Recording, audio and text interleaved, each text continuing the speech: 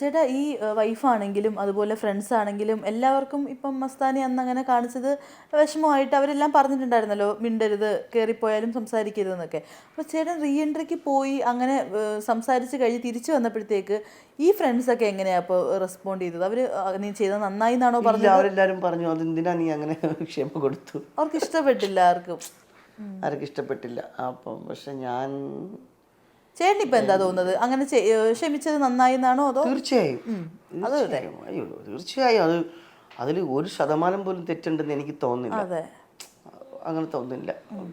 അത് വലിയ അത് കാരണം അവർ ഭയങ്കരമായിട്ട് സന്തോഷപ്പെട്ടിരിക്കുന്നുണ്ടെങ്കിൽ അത് വലിയ കാര്യമല്ല. എല്ലാവരും അവരെ പോലെ ആവണമെന്നില്ലല്ലോ. ഇപ്പം ഞാനൊരാൾ കാരണം ഒരാൾ വേദനിച്ചിട്ടുണ്ടെങ്കിൽ അത് തിരുത്തി അത് നന്നായിട്ട് സന്തോഷമായിട്ട് ഇരിക്കണമെന്നുള്ള ആഗ്രഹിക്കുന്നതിൽ തെറ്റൊന്നും എനിക്ക് പറയാനില്ല. ഇപ്പം എന്നെ സ്നേഹിക്കുന്ന ആൾക്കാരും ആണെങ്കിൽ എൻ്റെ സുഹൃത്തുക്കളൊക്കെ എന്നോട് വിളിച്ച് ചോദിക്കുന്നുണ്ട്, എന്തിനാണ് നീ അങ്ങനെ ചെയ്തത്, എൻ്റെ ആവശ്യം ഉണ്ടായിരുന്നോ എന്ന് ചോദിക്കുമ്പോൾ ഞാൻ പറയുന്നത് ഒറ്റയ്ക്ക് സ്ട്രഗിൾ ചെയ്ത് അവരുടെ ഒരു സ്പേസ് പിടിക്കാൻ വേണ്ടി വരുന്നൊരു സ്ത്രീയാണ്. അപ്പം അവർക്ക് കുറേ അധികം ഇമോഷൻസ് ഉണ്ടാവാം. അപ്പം നമ്മളെ പോലെയല്ല. അപ്പോൾ കുറച്ചൊരു നന്മ ഉണ്ടാവണമെങ്കിൽ ഉണ്ടാവട്ടെ, സന്തോഷമായിട്ട് ജീവിക്കട്ടെ, ഹാപ്പി ആയിട്ട് ഇരിക്കട്ടെ എന്ന് വിചാരിച്ചു. അത്രേ ഉള്ളൂ. മനസ്സിലായി ചേട്ടാ. പിന്നെ ഇപ്പം നമ്മൾ വിന്നറിനെ നോക്കുകയാണെങ്കിൽ ഫുള്ള് ചർച്ച PR ജയിച്ചു അങ്ങനെ പറയുന്നുണ്ട്. പിന്നെ അനീഷായിരുന്നു ഡിസേർവിംഗ് എന്ന് പറയുന്നുണ്ട്. പിന്നെ കുറേ പേര് പറയുന്നുണ്ട് ഇല്ല അനുമോളാണ്, അനുമോളുടെ ഫാമിലി ഓഡിയൻസ് ഒരുപാടുണ്ട്, ഞങ്ങൾ ഓഡിയൻസാണ് അനുമോളുടെ PR. പിന്നെ പല തരത്തിലുള്ള ഡിബേറ്റ്സ് നടക്കുന്നുണ്ട്. ശരിക്കും എന്തായിരുന്നു ഈ ഒരു വിന്നർ ഫെയർ ആയിട്ട് ഫീൽ ചെയ്തോ? ഞാൻ ഏറ്റവും കൂടുതൽ ആഗ്രഹിച്ച ഗെയിം, അതായത് ടോപ്പ് 5 നിൽക്കുമ്പോൾ ഏറ്റവും കൂടുതൽ ആഗ്രഹിച്ചത്, ഇപ്പം എൻ്റെ സുഹൃത്തായതുകൊണ്ട് പറയുന്നതല്ല, എനിക്ക് എൻ്റെ അക്ബർ കപ്പെടുക്കണമെന്നൊരു ആഗ്രഹം എനിക്ക് നന്നായിട്ടുണ്ടായിരുന്നു. അക്ബർ സംബന്ധിച്ച് അക്ബർ വേറെ കണ്ണിങ്ങാണ്. അക്ബർ ടാസ്കുകൾ നോക്കിക്കാണുന്ന രീതി, അഭിപ്രായങ്ങൾ പറയുന്ന രീതി, മുഖം നോക്കാതെ അഭിപ്രായങ്ങൾ പറയും, കള്ളം പറയില്ല, ഒരു വ്യക്തിനെയും ഒരു എന്താ പറയുക ഒരു മോശമായ രീതിക്ക് ചിത്രീകരിക്കില്ല. അവൻ തമാശയ്ക്ക് കുറേ പാരഡി പാട്ടുകൾ പാടി എൻജോയ് ചെയ്യുമെന്നതിന് അപ്പുറത്തേക്ക് ഒന്നുമില്ല. ഇപ്പം അക്ബറാണെങ്കിലും പല പ്രതിസന്ധികളിലൂടെ കടന്നുപോയി. പക്ഷെ അതിനുശേഷം ടോപ്പ് 5 കഴിഞ്ഞു, 2 പേരായ സമയത്തും എനിക്കറിയാം കപ്പ് അനീഷിനാണ്. മനസ്സിലായി. ഞാൻ പറയുന്നത് ജനപിന്തുണയല്ല ഞാൻ ഉദ്ദേശിക്കുന്നത്. ഞങ്ങളെ ഓപ്പോസിറ്റ് കണ്ടസ്റ്റന്റുകളുടെ ക്വാളിറ്റിയെ കുറിച്ചാണ് ഞാൻ സംസാരിക്കുന്നത്. മനസ്സിലായി. കാരണം അനീഷ് നല്ല കണ്ണിങ് ആയിട്ട് ഗെയിമറായിരുന്നു. അനീഷിൻ്റെ ടാസ്കുകൾ, അനീഷിൻ്റെ ഇമോഷൻസുകൾ, അനീഷ് സർവൈവൽ ചെയ്ത രീതികൾ, ഇതെല്ലാം മനുഷ്യത്വം, സ്നേഹം, ഇതെല്ലാം വെച്ച് നോക്കുമ്പോൾ എനിക്ക് തോന്നിയത് അനീഷിനായിരുന്നു ആ കപ്പ് കിട്ടേണ്ടത്. ഞാൻ ഒരു നേരം ആഗ്രഹിച്ചു. പക്ഷെ ജനപിന്തുണ നേരെ തിരിച്ചായിരുന്നു. ജനങ്ങളുടെ വോട്ടിംഗ് നേരെ തിരിഞ്ഞു, അനുമോൾക്ക് കിട്ടി. സോ അനുമോൾക്ക് കപ്പ് കിട്ടിയതിലും എനിക്ക് യാതൊരു തരത്തിലുള്ള ഒരു വിഷമവും, സന്തോഷം മാത്രമേ ഉള്ളൂ. പക്ഷെ ഇതിന് ഗെയിമിനുള്ളിൽ നിൽക്കുമ്പോൾ അത് കിട്ടാൻ കുറച്ചും കൂടി അർഹൻ എനിക്ക് അനീഷാണെന്ന് എനിക്ക് തോന്നി പോയി. അതാണ്. ഇപ്പോൾ ആളുകൾ വിചാരിക്കുന്നുണ്ടായിരിക്കും ചേട്ടനെ എവിക്റ്റ് ആവുന്നതിന് മുമ്പ് അനീഷായിട്ടൊക്കെ വലിയ ഫൈറ്റുകൾ നടന്നിട്ടുണ്ട്. എന്നിട്ട് പിന്നെ ഇപ്പോൾ വന്ന് ഇങ്ങനെ പറയുന്നത് മേ ബി പല ആളുകൾ പല രീതിയിൽ ജഡ്ജ് ചെയ്യും. ഞാനത് രണ്ടാമത് കയറിയപ്പോഴേ ക്ലിയർ ചെയ്ത കാര്യമാണ്.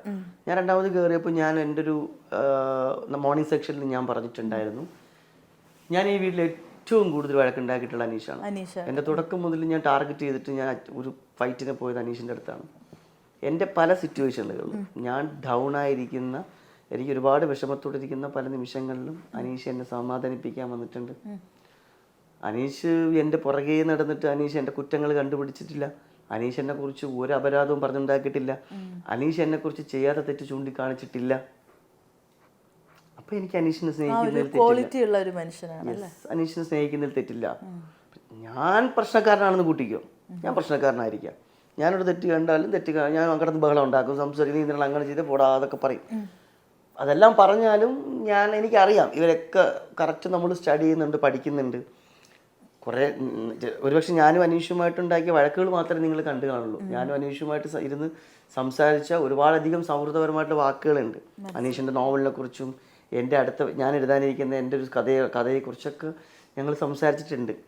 അതും ചിലപ്പോൾ എപ്പിസോഡിലോ ലൈവിലോ വന്ന് കാണില്ല, അതായിരിക്കും നിങ്ങൾ കാണാത്തത്.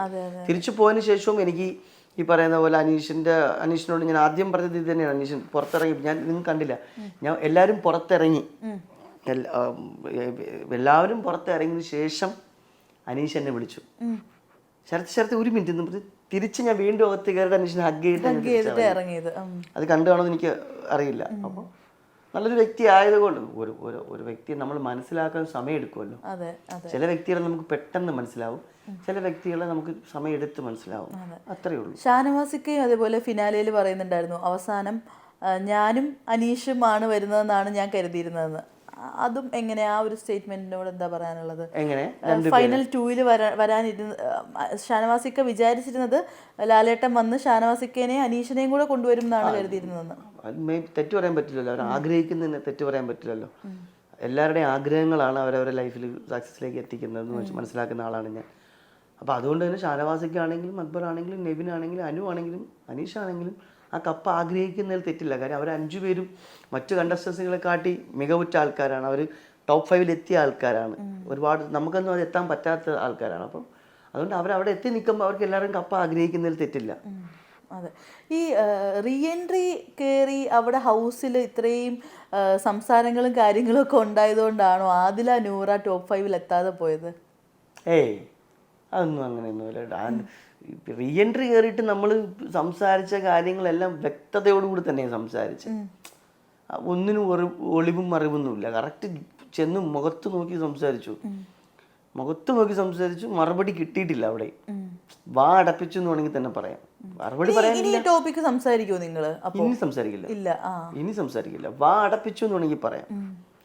മനസ്സിലായില്ലേ? വാ അടപ്പിച്ചു. അതിൽ അവർക്ക് അവരെ വോട്ട് കൂട്ടാനോ അല്ലെങ്കിൽ വോട്ട് കുറയ്ക്കാനോ അവരെ നല്ല കുട്ടിയാക്കാനോ മോശക്കാരിയാക്കാനൊന്നുമില്ല.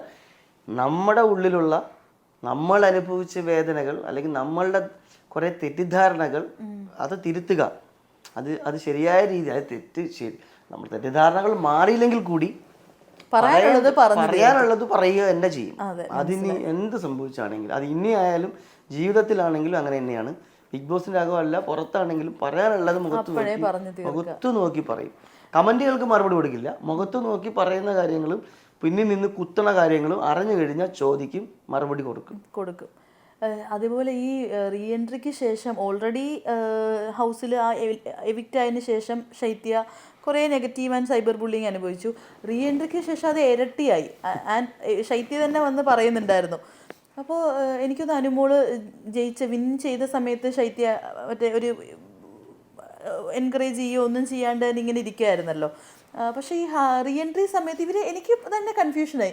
ഇടയ്ക്ക് പോയി എല്ലാവരും കെട്ടിപ്പിടിക്കുന്നുണ്ട്, പിന്നെ ഇവർ മാറുന്നു, പിന്നെ ഒരിക്കലും മിണ്ടില്ല എന്ന് പറയുന്നു, പിന്നെ അനൂപ എണ്ണിക്കെന്ന് പറഞ്ഞ് വിളിക്കുന്നു. എനിക്കും ആ സംസാരം, എനിക്കും ശൈത്യക്കെതിരെ കുറേ നെഗറ്റീവ്സ് വരുന്നു, കുറേ ആരോപണങ്ങൾ വരുമ്പോഴും ശൈത്യ ഒരേ സമയത്ത് അനുവായിട്ട് മിണ്ടുകയും ചെയ്യുന്നുണ്ട്. എനിക്ക് തോന്നുന്നു സ്ക്രീനിൽ ഒരു വിഷ്വൽ കാണിച്ചു, നമ്മുടെ ബന്ധങ്ങളെ കുറിച്ചിട്ടുള്ള ഒരു വിഷ്വൽസ് അവിടെ ഹോട്ട്സ്റ്റാറിൽ നമ്മുടെ അകത്ത് കാണിച്ചപ്പോൾ ഭയങ്കര ഇമോഷൻസ് ആയി. നൂറയും അനുവും ഒക്കെ ഭയങ്കരമായിട്ട് കെട്ടിപ്പിടിച്ച് കരയുന്നു. അപ്പൊ നമ്മള് ഭയങ്കര ബോണ്ടിങ് ആയി.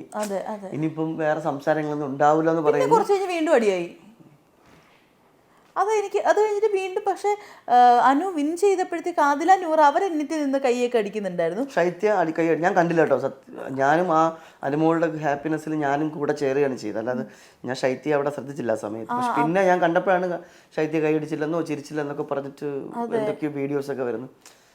ആരെന്തിനാ ഇങ്ങനെ വെറുതെ ആക്രമിക്കുന്ന? ആ കുട്ടി അവളും മത്സരിക്കാൻ വേണ്ടി വന്നു. അവരെ കയ്യിൽ നിന്ന് എന്തൊക്കെയൊക്കെ തെറ്റുകൾ പറ്റി കാണാം, ചിലപ്പോൾ പറ്റാതിരിക്കാം. അതവിടെ കഴിഞ്ഞില്ലേ? വെറുതെ പറയുക നടന്നിങ്ങനെ, അതൊക്കെ ഭയങ്കര വിഷമം തരുന്ന കാര്യങ്ങളാണ്.